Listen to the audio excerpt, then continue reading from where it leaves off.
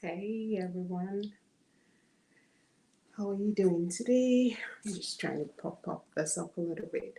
Yeah, let me know in the chat if you can see me, if you can hear me. Thank you for joining us today. We're thankful. So, how have you been doing, and how have you been enjoying the summer so far? Yeah, hope you've been able to download.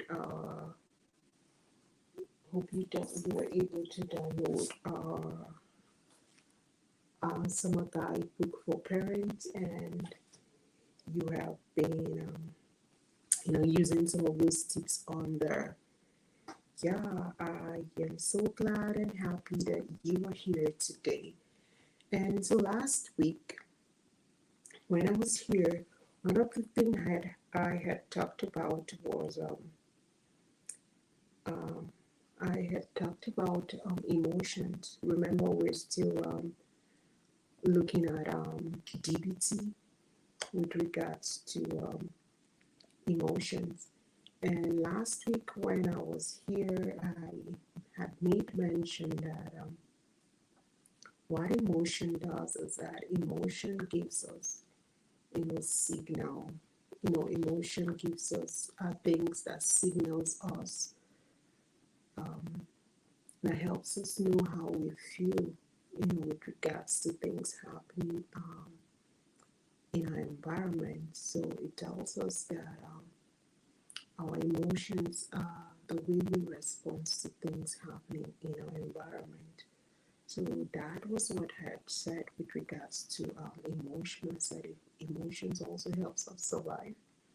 It helps us in terms of memory. It helps us in terms of decision making. And also emotion helps us with communication.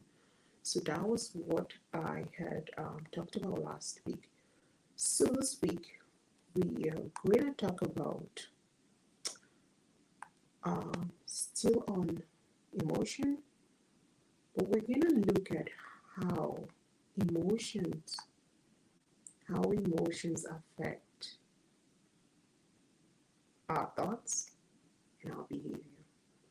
So look at this as a triangle. So emotions, our thoughts, and our behavior. So I'm just gonna put that in the chat here.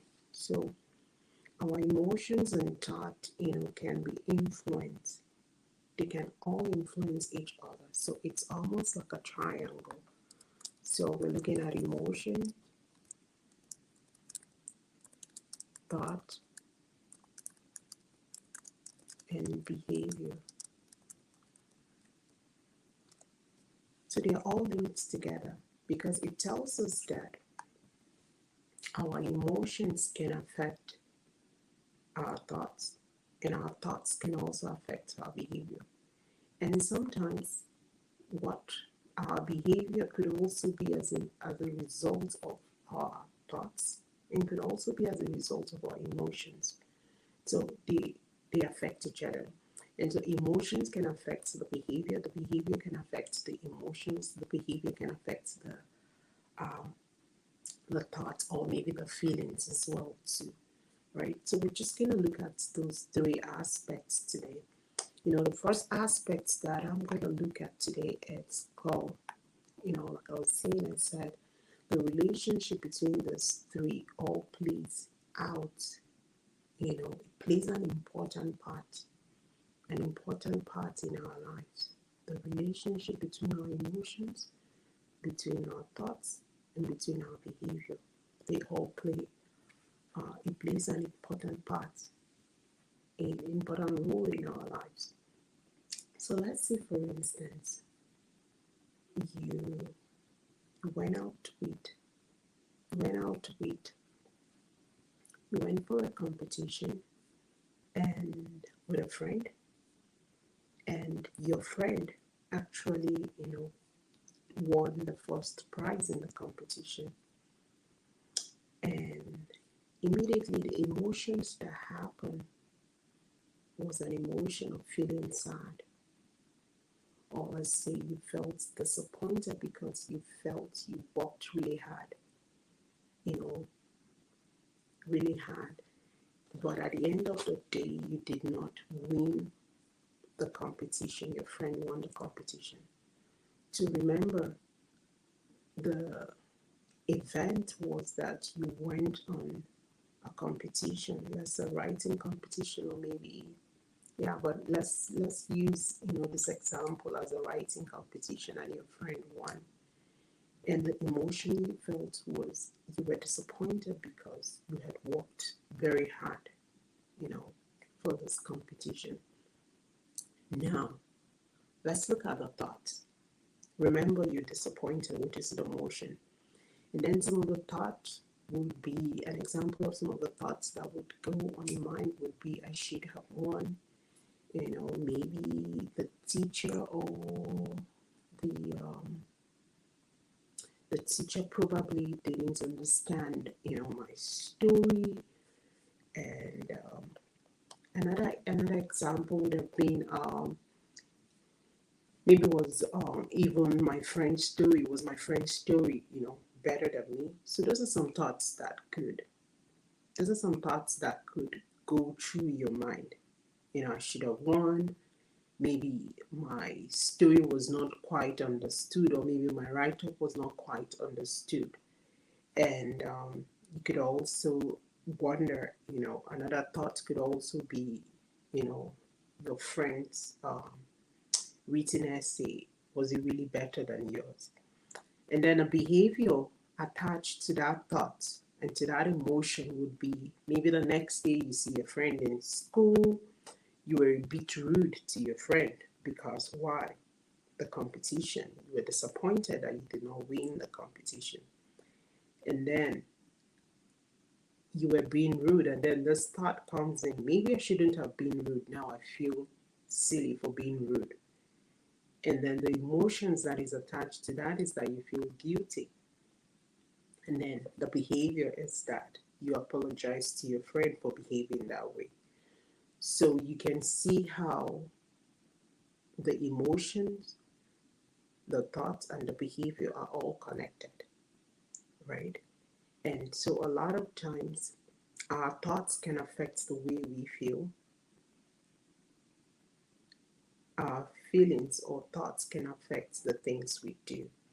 And as such, it is very, very important that we become really aware of this.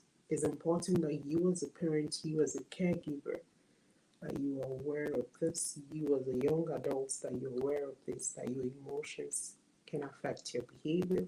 Your behavior in turns can affect your thoughts, or your thoughts can affect your behavior and your emotions as well. Because when we understand this, then what happens? When we understand that our emotions and thoughts and behavior are all connected and they affect each other, what happens is that we we can actually develop, an understanding of how we can influence, or how we can manage, or how we can deal with our emotions, with our thoughts.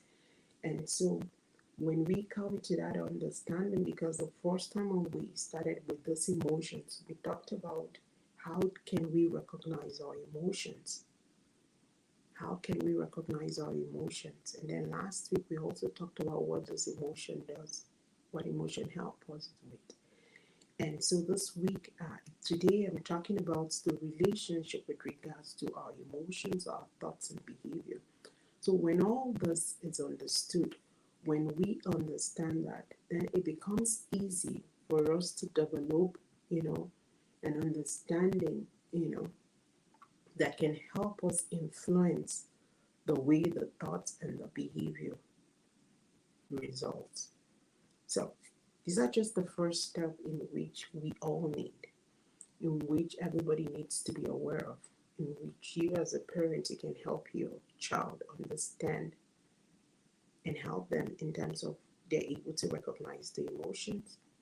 What are the emotions doing for them? For them to also understand how the emotion, thoughts, and behavior affects each other.